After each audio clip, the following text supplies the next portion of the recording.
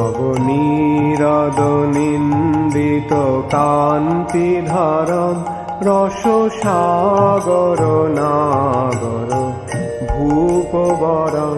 कृष्णा 40 से कंटिन्यू करेंगे, 39 से 45 तक करेंगे। श्रीमद् भागवतम 3.29.39 to 45, 39 नंबर श्लोक। नाचस्य कश्चित् दयितो, सब बोलिए।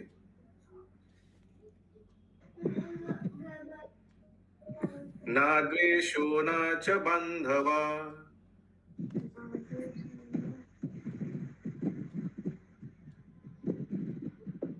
अविसत्यापमत्तोऽसौ, अविसत्य अपरमात्तसौ प्रमत्तम् जन्म अन्तकृत्।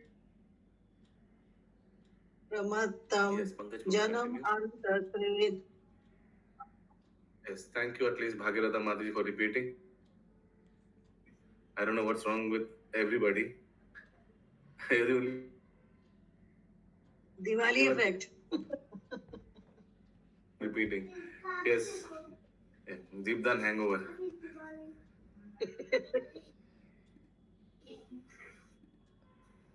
क्या हुआ अभी? शशि माता जी पढ़िए। हरे कृष्ण। भगवान का न तो कोई प्रिय है, न ही कोई शत्रु या मित्र है, किंतु जो उन्हें भूले नहीं हैं उन्हें वे प्रेरणा प्रदान करते हैं, और जो उन्हें भूल चुके हैं उनका क्षय करते हैं।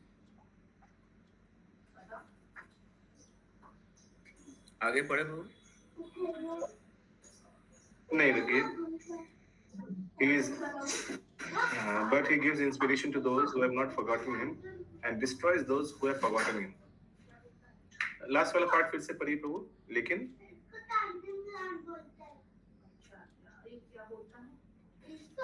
क्या हुआ प्रभु? म्यूट में। किंतु जो उन्हें भूले नहीं हैं उन्हें वे प्रेरणा प्रदान करते हैं, और जो उन्हें भूल चुके हैं उनका क्षय करते हैं। तात्पर्य भगवान विष्णु के साथ अपने उस संबंध को भूलना, विस्मृति ही मनुष्य के जन्म मृत्यु के चक्र का कारण है।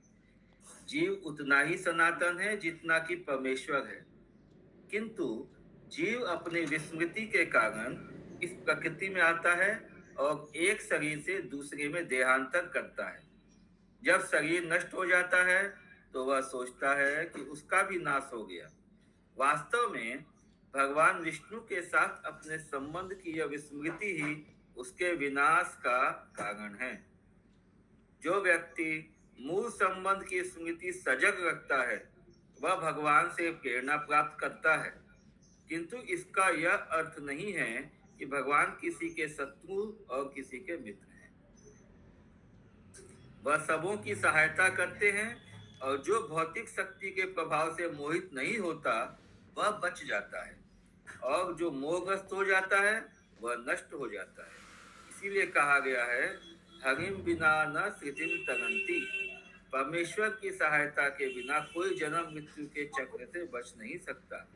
इसीलिए सभी जीवों का धर्म है कि वे विष्णु के चरण कमलों की शरण ग्रहण करें और अपने को जन्म मरण के चक्र से बचा लें।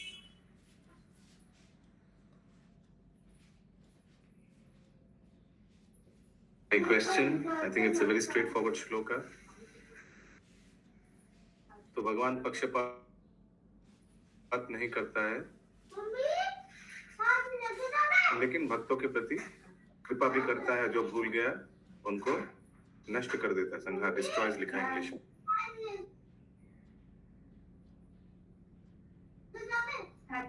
अगला श्लोक 40 नंबर। सो ये कपिल मुनि का शिक्षा चल रहा है, कंटिन्यू हो रहा है, जो मैत्र मुनि विदुर जी को सुना रहे हैं।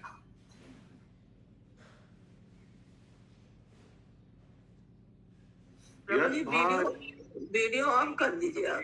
अनम्यूट करके। यद भयाद वाति वातोयम,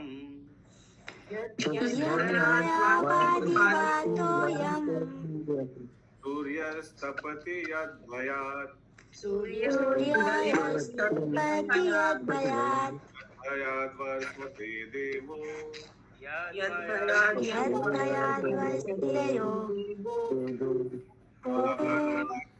भयात् भगवद्गीताभयात् यस कंटिन्यू भगवान भगवान के ही भय से वायु बहती है, उन्हीं के भय से सूर्य चमकता है। वर्षा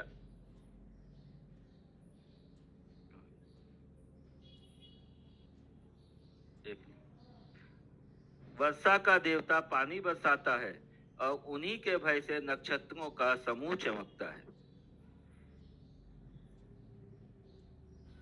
ओके मैं एक भजन ओ कृष्ण नेक्स्ट पे या मैं एक भजन शेयर करना चाहता हूँ। कौन सा भजन आप लोग को याद आ रहा है ये सुनकर अनुवाद फिर से अनुवाद पढ़िए प्लीज। भगवान मारते पारबे राखते पारबे जी। ओके अनुवाद फिर से एक बार। उन्हीं के भय से सूर्य चमकता है, वर्षा का देवता के राखते पारबे और उन्हीं के भय से नक्षत्रों का समूह चमकता है। या सो ये भजन बहुत मिलता जुलता है। तुम ही तुम्हारी बेजारे के तारे राखीते पारे तो वो इच्छा बॉश त्रिभुवन। ओके यस इसका थर्ड वाला पैराग्राफ पढ़िए पंकज टू ट्यून में हो सके तो और अच्छा है।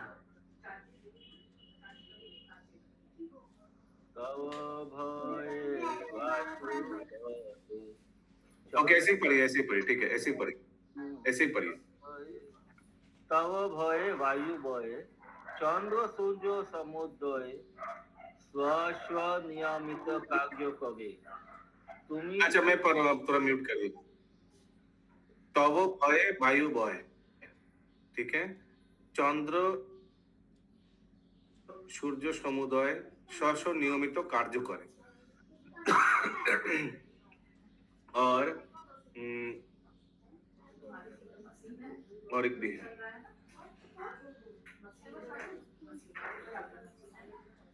सेकंड वाला पैराग्राफ कोई पढ़िए।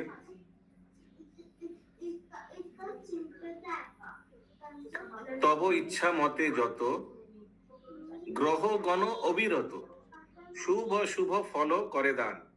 सो जितना भी ग्रह है किनको शुभ और किनका लिए अशुभ होगा ये कौन डिसाइड करता है? भगवान कृष्ण डिसाइड करते हैं। तब इच्छा मते যত ग्रह गण अविरत शुभ अशुभ फल करे दान।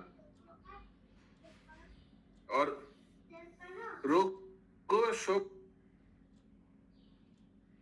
मृत्यु भय रोग शोक मृत्यु भय तब इच्छा मते হয় जज तब आज्ञा सदा बलवान एकदम सुप्रीम कोर्ट। ओके वंडरफुल भजन भक्ति विनोद ठाकुर द्वारा रचित सबको कंठस्थ होना चाहिए एटलीस्ट जानना चाहिए ये भजन तुम ही तुम्हारी बेजारे। हरे कृष्ण। यहाँ तो मालूम यही हुआ प्रभु कि आपकी इच्छा से जितने ग्रह हैं उनकी गति होती है शुभ शुभ फॉलो करे तो शुभ शुभ यानी शुभ और अशुभ रोग शोक मृत्यु जो है आपकी इच्छा से ही होती है।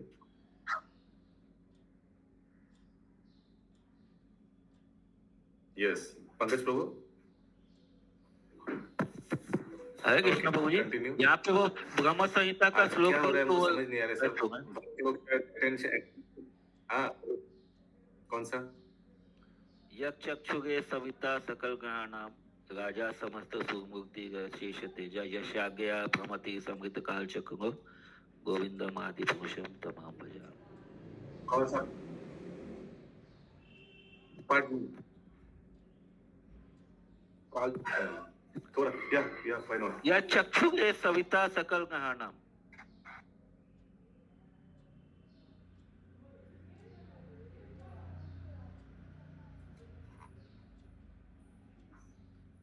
हरि बोल हरि बोल।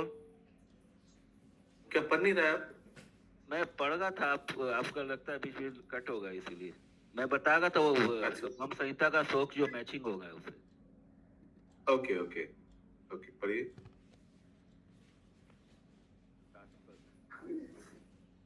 भगवत गीता में भगवान का वचन है, मया अध्यक्षेण प्रकृति तूयते।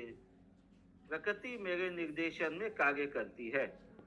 मुख्य व्यक्ति सोचता है कि प्रकृति स्वतः कार्यशील है, किंतु वैदिक साहित्य द्वारा ऐसे अनिश्वरवादी सिद्धांत की पुष्टि नहीं होती। प्रकृति परमेश्वर की अध्यक्षता में कार्य कर रही है, इसकी पुष्टि भगवत गीता में हुई है। और यहाँ पर भी हम देखते हैं कि भगवान के निर्देशन में सूर्य चमकता है और बादल पानी बरसाता है।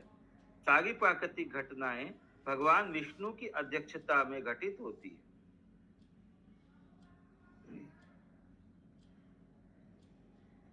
किसी का कोई प्रश्न है? I think it's very straight forward.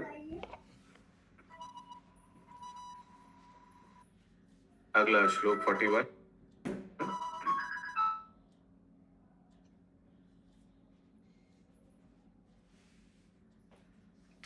या अगला श्लोक, यद्वनस्पतयो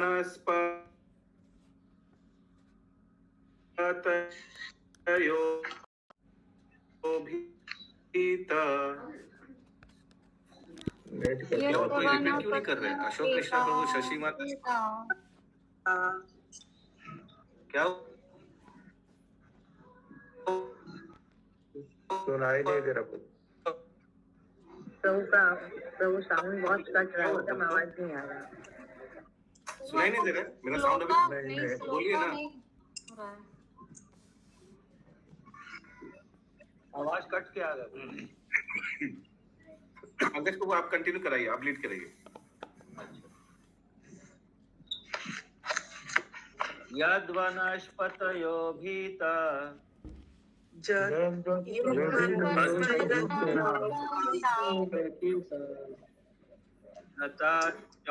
लताश्चौषधीभिषः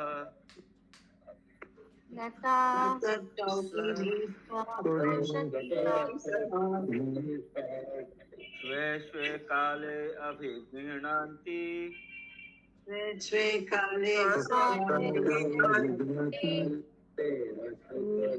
पुष्पाणि च फलानि च उष्णानि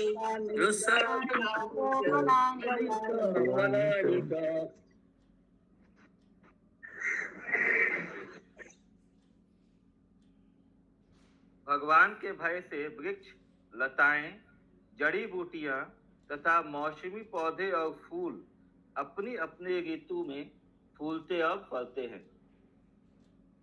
तात्पर्य, जिस प्रकार भगवान की अध्यक्षता में सूर्य का उदय अस्त होता है और निर्धारित समय में ऋतु परिवर्तन होता रहता है, उसी तरह सामयिक पौधे, फूल, औषधियां तथा वृक्ष भी भगवान के आदेश से बढ़ते हैं। ऐसा नहीं है कि पौधे अकारण ही और स्वतः बढ़ते हों, जैसा कि नास्तिक वैज्ञानिक कहते हैं, अपितु वे भगवान के परम आदेश अनुसार बढ़ते हैं। वैदिक साहित्य से पुष्टि होती है कि भगवान की शक्तियां इतने सुचारू रूप में काम करती है कि ऐसा लगता है जैसे सब कुछ स्वतः होगा। क्लियर है? कुछ प्रश्न किसी का? श्लोका 42।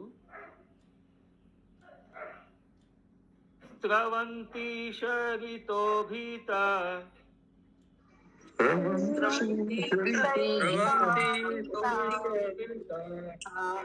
सपत्योदिधीर्यत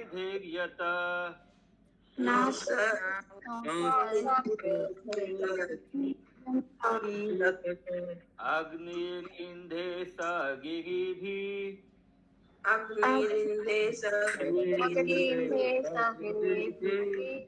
होनुमज्जति यद्भयात्।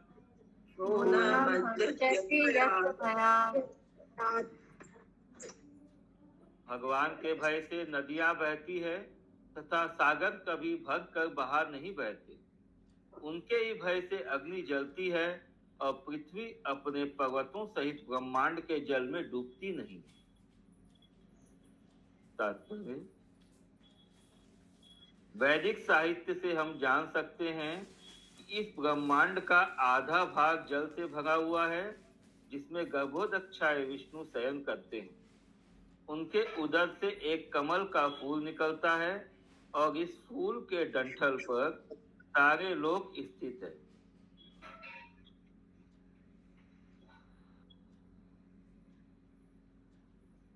म्यूट करना है। भौतिकतावादी विज्ञानी कहता है कि ये सारे लोग गुरुत्वाकर्षण के नियम या अन्य नियम के कारण तय गए, किंतु वास्तविक विधायक श्री भगवान है। जब हम नियम की बात करते हैं तो हमें यह भी समझना चाहिए कि कोई नियम बनाने वाला भी होगा, विधायक भी कोई ना कोई होगा। भौतिक विज्ञानी प्रकृति के नियमों की खोज तो करते हैं, किंतु वे नियामक को पहचान नहीं पाते। श्रीमद् भागवत तथा भगवत गीता से हम जान सकते हैं कि नियम बनाने वाला कौन है। नियम बनाने वाले पूर्ण पुरुषोत्तम भगवान। यह कहा गया है कि सारे लोग कभी डूबते नहीं, क्योंकि वे भगवान के आदेश से या उनकी शक्ति से तय गए हैं। अतः वे ब्रह्मांड का आधा भाग घेरने वाले जल में नहीं डूबते। सारे लोग अपने अपने पर्वतों, समुद्रों, महासागरों, नगरों, महलों आदि के कारण भारी हैं, फिर भी तैरते रहते हैं। इस श्लोक से यह समझ में आता है कि वायु में तैरने वाले अन्य समस्त लोकों में इसी लोक की भांति सागर तथा पर्वत है।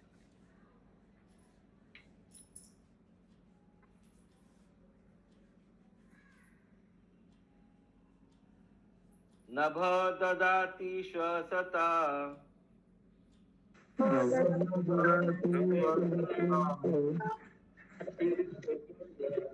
पदम यत्नीयमादद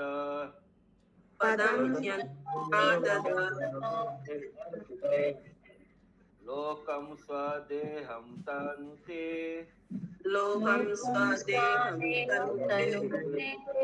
महान सप्ताभिरावृतम्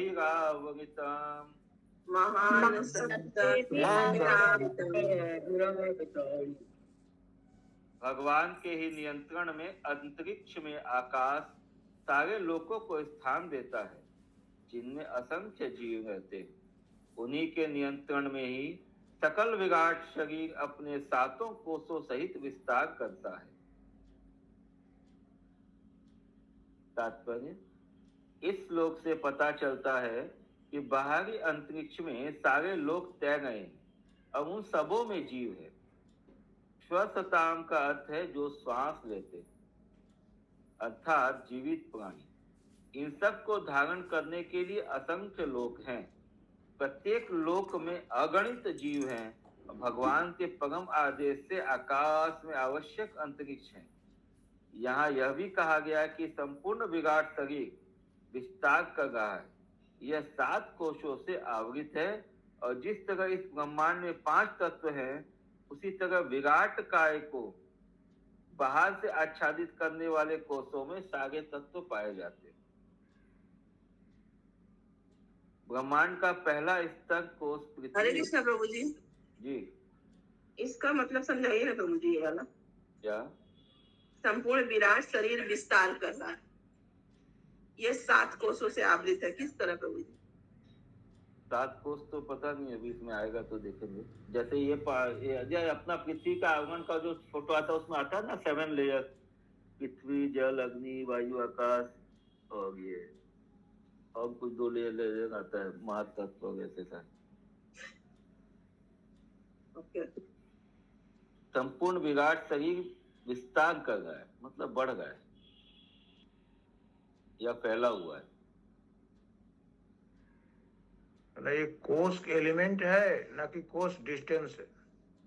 7 कोशों नहीं, डिस्टेंस नहीं, एलिमेंट तो 7 डिस्टेंस कवरिंग से आवृत है ना, ढका हुआ है। डिस्टेंस है तो इसका मतलब इसका सेल्स, कोश मतलब सेल्स हो गए। प्रभु जी कुछ इंग्लिश में 7 लेयर। Layers, yes.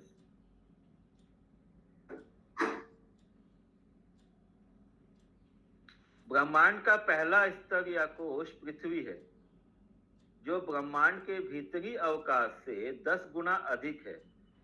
दूसरा जल है, जो पृथ्वी के स्तर से 10 गुना अधिक है। तीसरा स्तर अग्नि का है, जो जल के कोश से 10 गुना है। इस तरह प्रत्येक स्तर अपने पूर्ववर्ती स्तर से 10 गुना बड़ा है। ठीक है, वो जो लेयर्स है, जो 7 लेयर्स यही है, पृथ्वी, जल, अग्नि, वायु।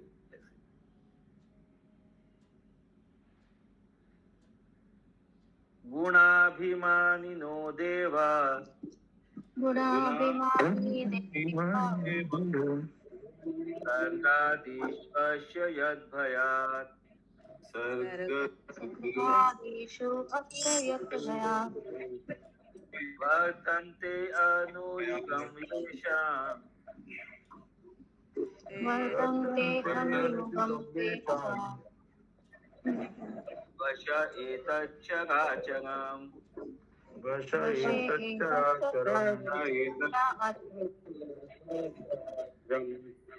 भगवान के भय से ही प्रकृति के गुणों के अधिष्ठाता देवता सृष्टि, पालन तथा संहार का कार्य करते हैं। इस भौतिक जगत की प्रत्येक निर्जीव तथा सजीव वस्तु उनके ही अधीन है।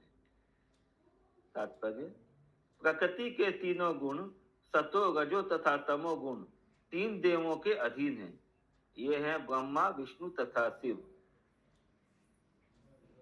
भगवान विष्णु सतोगुण का, ब्रह्मा रजोगुण का तथा शिवजी तमोगुण का भाग संभालते हैं। इसी प्रकार से अन्य अनेक देवता है जिनके अधीन वायु विभाग, जल विभाग, बादल विभाग है। जिस प्रकार किसी संसार में तमाम विभाग होते हैं, उसी तरह इस संसार में भगवान के राज्य में अनेक विभाग हैं और ये सारे विभाग भगवान के भयवश ठीक से चलते हैं। निस्संदेह देवता ही इस ब्रह्मांड के भीतर समस्त जड़ तथा जंगम पदार्थ का नियंत्रण करते हैं। चल और अचल सभी का नियंत्रण करते हैं, किंतु इन सब के ऊपर के परम नियामक भगवान हैं। अतः ब्रह्म संहिता में कहा गया है कि ईश्वर परम कृष्ण। निसंदेह इस ब्रह्मांड में विभागीय प्रबंध के अनेक नियंता हैं, किंतु परम नियामक या नियंता तो कृष्ण ही है। प्रलय भी 2 प्रकार का होता है। एक प्रलय तो वह है, यस हरे कृष्ण माता जी। प्रभु ये यहाँ पे जो बोले कि मतलब जड़ और इनको देवता लोग ही नियंत्रण करते हैं।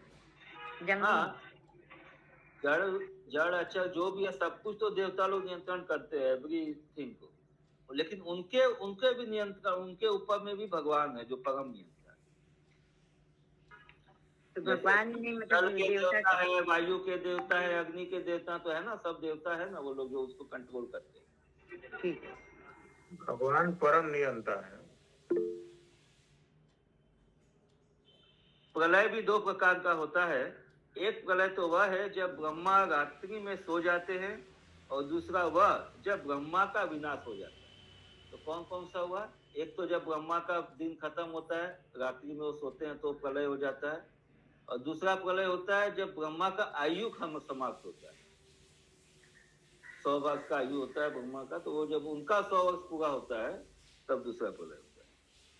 जब तक ब्रह्मा मर नहीं जाते तब तक सृष्टि, पालन तथा संहार का काम विभिन्न देवताओं द्वारा परमेश्वर की अध्यक्षता में चलता रहता है। कितना श्लोक तक है?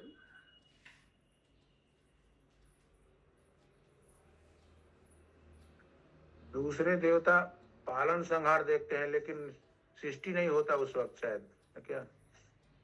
नहीं, जब ब्रह्मा मर नहीं जाते तब तक चलता है। यस प्रभु।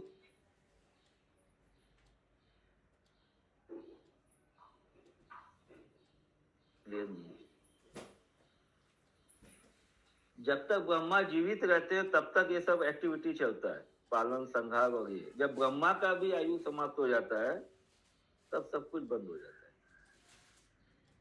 यहाँ पे तो ये समझ में आ रहा है। एक्चुअली ब्रह्मा का आयु समाप्त हो जाने से तो प्रलय होता है, प्रलय होने से सब महाविष्णु के अंदर चला जाता है ना, महान तत्व में तो चला फिर गया। मेंटेनेंस और एनिलेशन का सवाल नहीं। या वापस सृष्टि होता है तब फिर से मेंटेनेंस और वृद्धि और ये सब होता है।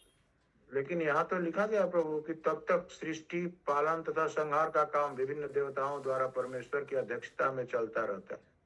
जब तक मर नहीं जाते तब तक चलता रहता है, ये लिखा है प्रभु। जब तक ब्रह्मा मर नहीं जाते मतलब जब तक ब्रह्मा जीवित रहते तभी तक ये सब कार्य चलता है। Okay okay. ब्रह्मा का आयु समाप्ति के बाद में फिर सब कुछ वो महाविष्णु में विलीन हो जाता है। नेक्स्ट श्लोक है। तो अनंतो अंत कर कालो स अनंत अनादिरादि किदद्वयाय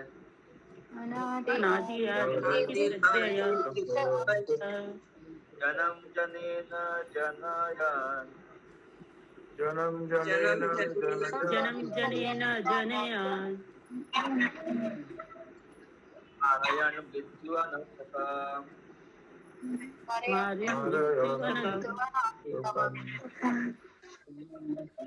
माता जी आपके यहाँ बारिश हो गया क्या? बहुत तेज आवाज आ रहा है। फैन का आवाज है प्रभु।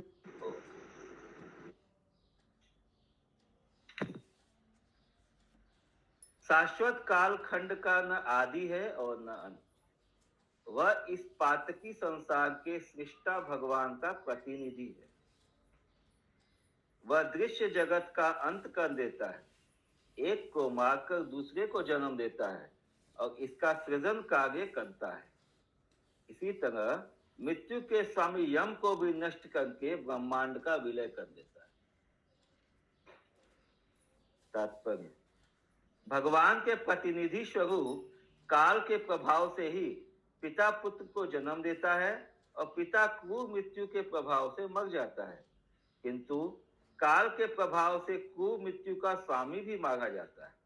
दूसरे शब्दों में इस संसार के सारे देवता हमारी ही तरह नाशवान हैं।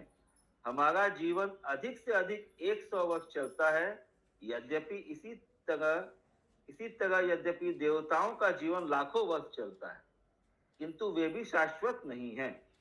इस संसार में कोई भी अनंत काल तक जीवित नहीं रह सकता। यह दृश्य जगत भगवान के इशारे से उत्पन्न होता है, पलता है और विनष्ट होता है। अतः भक्त इस संसार में कुछ भी नहीं करता, वह भगवान की केवल सेवा करना चाहता है। यही दास्य भाव शाश्वत है और सेवा भी शाश्वत बनी रहती है। हरे कृष्ण। यस खुशबू माता जी। हरे कृष्ण प्रभु जी। प्रभु इसमें लिखा है, इस प्रकार यद्यपि देवता का जीवन भले ही लाखों करोड़ों वर्ष तक चलता है, मतलब लाखों करोड़ों वर्ष चलने के बाद उनका शरीर विनष्ट हो जाता है, जैसे इंद्र हुए और भी देवता। तो फिर उनका जगह फिर कोई मतलब देवता के रूप में इंद्र में प्रकट होते हैं क्या? बहुत बार बताया ना पूरी क्लास में, ये सब एक पोस्ट है। जैसे इंद्र का एक उपाधि है, जैसे प्राइम मिनिस्टर है ना, आज कोई है, कल कोई होगा, परसों कोई होगा, जिसका टर्म खत्म हो जाएगा दूसरा आएगा। वैसे ही इंद्र का भी ये उपाधि है, वो एक बनता है दूसरा बनता है। अच्छा। बनता है या एक का पतन हो जाता है तो दूसरा बन जाता है। ये सारे देवी देवता जो है इनका भी आयु होता है, यही श्लोक में बता रहे। यहाँ तक कि आगे देखिए तात्पर्य में लिखा यमराज भी, तो जो सबका खुद काल है, भौतिक जगत में काल यम है ना, यमराज काल का प्रतिनिधि है, तो वो भी, उसका भी एक टाइम है, वो भी खत्म हो जाता है। काल का प्रतिनिधि महाकाल है, शिव जी। महाकाल। तो यम कौन है? बोलो। देव मतलब मृत्यु का देवता हुआ ना फिर। बोल सकते।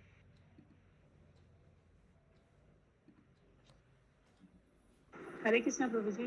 हरे कृष्ण प्रभु जी। सेकेंड लाइन में जो लिखा है, क्रूर मृत्यु का स्वामी भी मारा जाता है काल के प्रभाव से, तो क्रूर मृत्यु का स्वामी कौन हुआ? मृत्यु का स्वामी यहाँ के हिसाब से यम बता रहे। यम।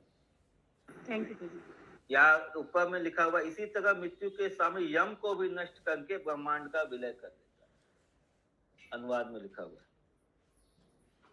इस प्रकार श्रीमद् भागवत के तृतीय स्कंद के अंतर्गत भगवान कपिल द्वारा भक्ति की व्याख्या नामक 29वें अध्याय के श्री भक्ति वेदांत तात्पर्य पूर्ण हुए। श्रील प्रभुपाद की जय। जय। जय